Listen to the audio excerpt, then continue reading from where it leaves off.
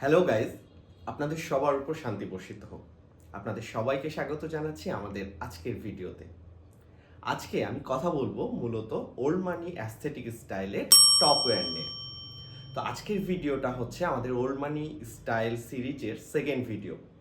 যারা এখনও প্রথম ভিডিওটা দেখে আসেন নাই, তারা অবশ্যই আমাদের চ্যানেল থেকে প্রথম ভিডিওটা দেখে আসতে পারেন। আমি লিঙ্ক আই বাটন এবং ডেসক্রিপশন দুই জায়গাতেই দিয়ে রাখবো। তো ওল্ড মানি স্টাইলে টপ ওয়্যার নিয়ে যখন কথা বলবো তখন প্রথমেই আপনাদের তিনটা জিনিস মাথায় রাখতে হবে। প্রথমটা হচ্ছে কালার।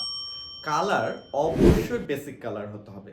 বেসিক কালার বলতে যে কালারগুলো আমাদের চোখে একটু আরাম দেয়, যেমন অলিভ গ্রিন, সাদা, হালকা ঘিয়া, হালকা গোলাপি, আকাশি, নেভি ব্লু, এই ধরনের কালারগুলো।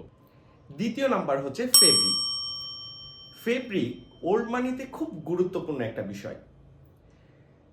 সাধারণত ওল্ড মানি স্টাইলে কটন এবং লিনেন এই ধরনের ফেব্রিকগুলো ব্যবহার করা হয়।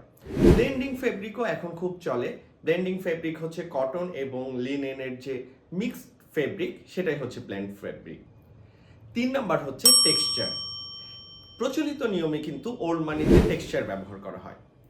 সাধারণত এই টেক্সচারগুলো কাপড়ের সৌন্দর্যকে অনেক বাড়িয়ে দেয়। তো টেক্সচার আবার কন্ট্রাস্ট হওয়া যাবে না। হতে পারে যে আপনার বুননের মধ্যে টেক্সচার আছে, অথবা একই ফ্যামিলি কালারের টেক্সচার ব্যবহার করা হয়েছে, এইরকম একটা টেক্সচার থাকলে খুবই ভালো হয়। এবার আসি ওল্ড মানি স্টাইলে আপনার শার্ট কেমন হবে। সাধারণত ওল্ড মানি স্টাইলে খুবই প্রচলিত শার্ট হচ্ছে লিনেন শার্ট। কটন শার্ট আপনি পরতে পারেন, আপনি কাতোয়া পরতে পারেন, অথবা ব্লেন্ডিং শার্টও পরতে পারেন। মানে শার্টের কাপড়টা লিনেন এবং কটনের মিক্স করা একটা কাপড় আর কি। আর লিনেন শার্ট আপনি খেয়াল করে দেখবেন, লিনেন শার্ট আপনার মধ্যে একটা রয়্যাল ভাব নিয়ে আসবে। শার্টের কালার আপনি চেষ্টা করবেন এক কালারের শার্ট পরার। আপনি স্ট্রাইপ শার্টও পরতে পারেন, তবে স্ট্রাইপের ক্ষেত্রে স্ট্রাইপটা যদি চিকন হয় বা একই ফ্যামিলি কালারের হয়, তাহলে আপনাকে দেখতে অনেক বেশি সুন্দর লাগবে।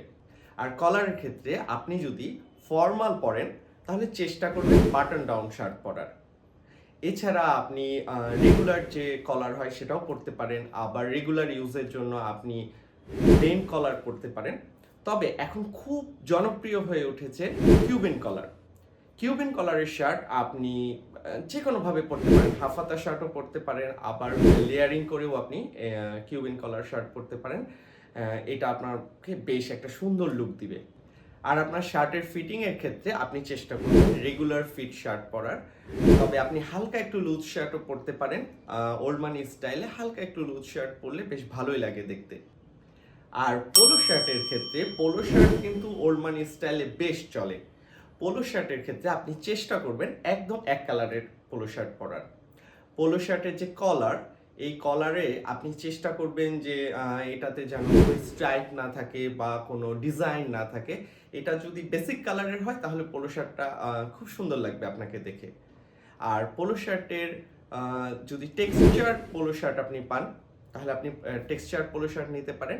আর পোলো শার্টের ক্ষেত্রে আরেকটা বিষয়, সেটা হচ্ছে কলারে আপনি বোতাম ইউজ না করে যদি এই ধরনের পোলো শার্টগুলো পরেন, এই ধরনের পোলো শার্টগুলো আসলে ওল্ড মানি স্টাইলে সবচেয়ে বেশি চলে। আর আপনি যদি পোলো শার্টের নিচে এরকম ইলাস্টিক আলা পোলো শার্ট পান, তাহলে অবশ্যই এটা নিয়ে নেবেন। এইটা ওল্ড মানি স্টাইলে সবচেয়ে জনপ্রিয় ড্রেস। পোলো শার্টে চেষ্টা করবেন যে এর ফিটিংটা স্লিম ফিট বা রেগুলার ফিট রাখার। আর আপনার যদি ভুঁড়ি না থেকে থাকে, তাহলে আপনি চেষ্টা করবেন পোলো শার্টটা ইন করে পরার। পোলো শার্ট ইন করে পরলে কিন্তু খুবই একটা রয়্যাল লুক দেয়। আর টি শার্টের ক্ষেত্রে ওল্ড মানি স্টাইলে টি শার্ট জনপ্রিয় না হলেও টি শার্ট কিন্তু মোটামুটি অনেকেই পরে। তো আপনি রেগুলার ইউজের জন্য কিন্তু টি শার্ট পরতে পারেন। আপনি খেয়াল রাখবেন যে আপনার টি শার্টটা যেন এক কালারের হয়, আর এটার যে ফেব্রিকটা যেন খুবই প্রিমিয়ার হয়, আপনার টি শার্টটা দেখে যেন বেশ দামি মনে হয়। টি শার্টে কোনো প্রিন্ট বা কোনো টেক্সচার আছে এরকম টি শার্ট চেষ্টা করবেন একটু অ্যাভয়েড করার।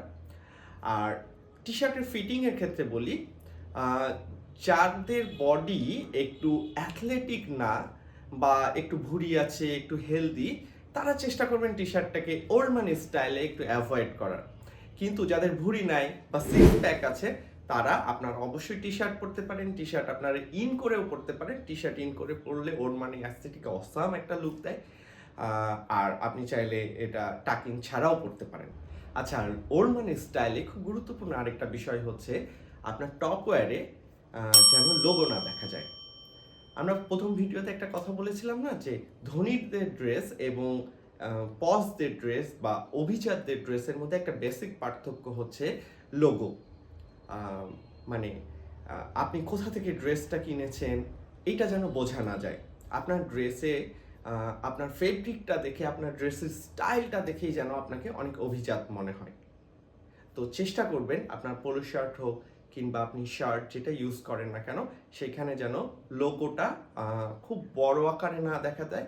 যদি দেখাও যায় সেটা যেন খুবই সিম্পল হয়, খুবই ছোট হয়, বা একই কালারের হয়েছে এরকম আপনি পড়তে পারেন, যে ওটা খুব বেশি ভিজিবল না। তো ওরমানি স্টাইলে টপ ওয়্যার সম্পর্কিত এটা ছিল একটা বেসিক ধারণা।